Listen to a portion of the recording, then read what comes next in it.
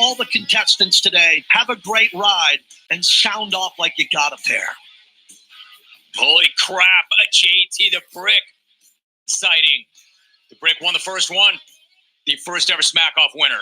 Clones, nice job. You got Smack Off trending on Twitter. I like that. If you're saying anything about the program, if you're reacting to it, make sure you hashtag it. Smack Off. No numbers, no Roman numerals. Hashtag Smack Off. Quickly, some reaction to the opening segment. Dustin Potter tweets, damn it, Jumpman. Ring the bell already. DA is bodying Matt. Going to need Jesus today. Hashtag Smack Off. Daniel Wheatley tweets, damn, Jim. I'd say at DA on CBS, don't hurt him. But he damn near killed him. Hashtag Smack Off. Brian in Rochester tweets, I think DA just used those massive chompers to take a chunk out of at Manuel in Gardina's golden ticket. Alan in Raleigh tweets, damn, someone go draw some white chalk around Matt in LA. DA just annihilated him. Hashtag Smack Off. Look at my man Clinton Yates on Twitter. He tweets, I don't know who needs to know this, but hashtag Smack Off 25 starts now on at Jim Rome. Clinton, good to hear from you, bro. Thank you very much. All right, back at it. Now, this guy, speaking of the first Smack Off, JT the Brick won the first Smack Off. This guy here was in the very first Smack Off all the way back in 95. This will be his fifth main event. He once laid out the ingredients for a winning call despite never placing higher than 8th in a Smack Off. However, he is Mr. Automatic. You also know him as Jay Stu. He is Jason Stewart. We go there right now. Jay Stu, what's up? Jim, just like Hollywood, basically, I'm just honored to be nominated. You know, Jim, just like yourself, the Smack Off for me in a lot of ways is about nostalgia. And I'm very proud to have been connected to the show in the way that I have been over the last 25 years. Not only as a caller in that first Smack Off, but Jim, this is also the 20th anniversary of you taking a chance on a smart-ass 20-something out of Cal State Fullerton, and my career was made at that point. Jim Rome is a true trailblazer. He created this sports talk genre and is a career maker. So, Jim, on the 25th anniversary of the Smack Off, I'm going to break it down. The top 25 callers of all time. Okay, here it goes. Number 25, Eddie the Rope. No, I'm just joking. I'm not going to do that. I know that this show, more than any other show, less is more, and left is a bore. See what I did there? Now, Damon Amendola, DA. I got your name right there.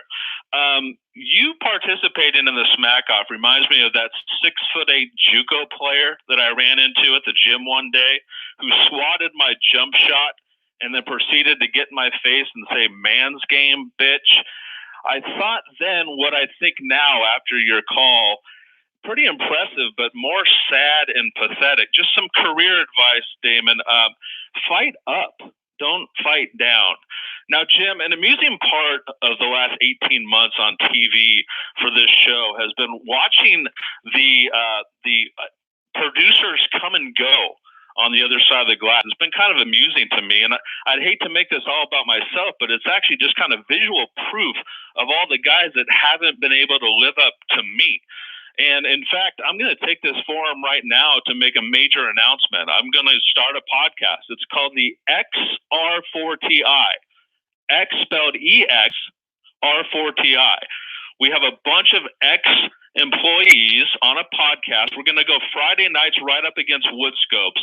Dark Gable, Steve Carbone, Kyle Brandt, and I are just going to break things down, talk about our experiences. And every single week, we're going to have a couple ex-employees have an arm wrestling match to see who wins. In the first episode, we're going to have Keith Arnold against Peter Goldfinger.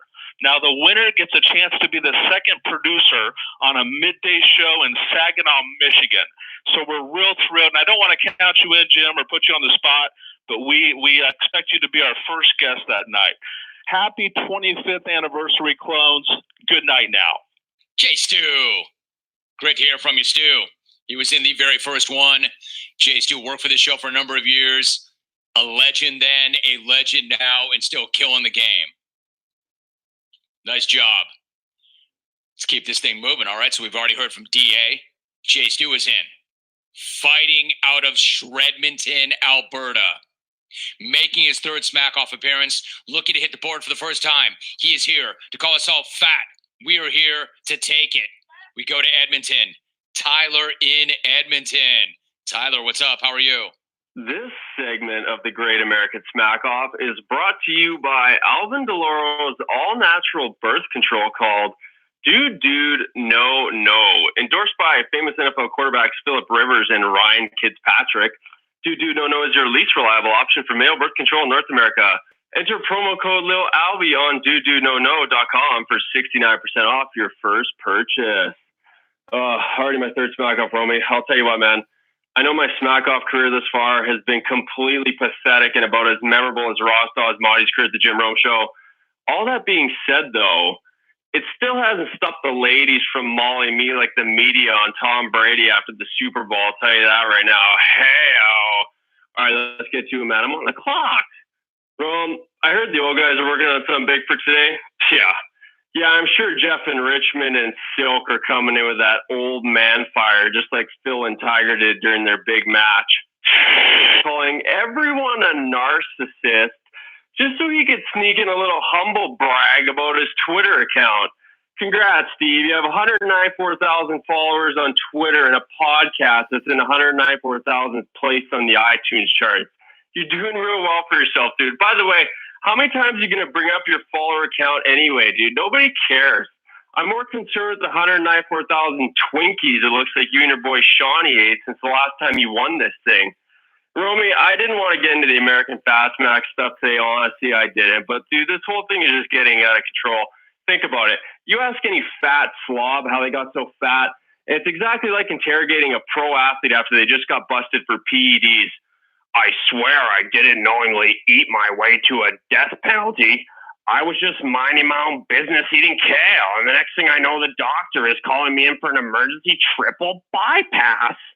You know, man, it was tough to see Kevin Durant's Achilles explode like Pablo Sandoval's belt, but was there anything more horrific from the finals than watching Boogie Cousins play defense?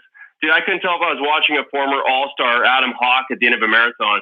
And I know Hawk gets a lot of heat for being everyone's fanboy, but dude, there is no one who's a bigger fanboy around here than Matt Vancouver. This guy would pay $5,001 to Mike and Indy just to get a chance to sniff his socks. Oh, and by the way, shout out to Mike and Indy, who's undoubtedly preparing for a smack-off call like he does every other year at this time, by standing outside of Rome's office protesting the rules of the smack-off like those idiot Lakers fans. No more gimmicks! You better don't! No more undies! You better don't! Romy, quick ATP. If Brad is Tiger in his prime, does that make Lef like the resident hefty Leffy? Hey, Lef, have another cake. Seriously though, Fat Freddy Krueger, make sure when you go all Donald with it and order a platter of fast food for your team of prop bitches later on that you don't forget to order a... No. You don't like that call. I don't like that call. Not a very good call. Good. It was boring. Listen, if on the day of your call is not as good or as interesting as it is during the regular season or on any other day, it's going to get you run too. Boring will get you run. You would not be on this show this day if I didn't have a lot of respect for you and your ability and your game. But again, on the big stage, it does not always show up, does it? It did not show up for Tyler today. I forgot to mention in the open, something else that will get you run, boring.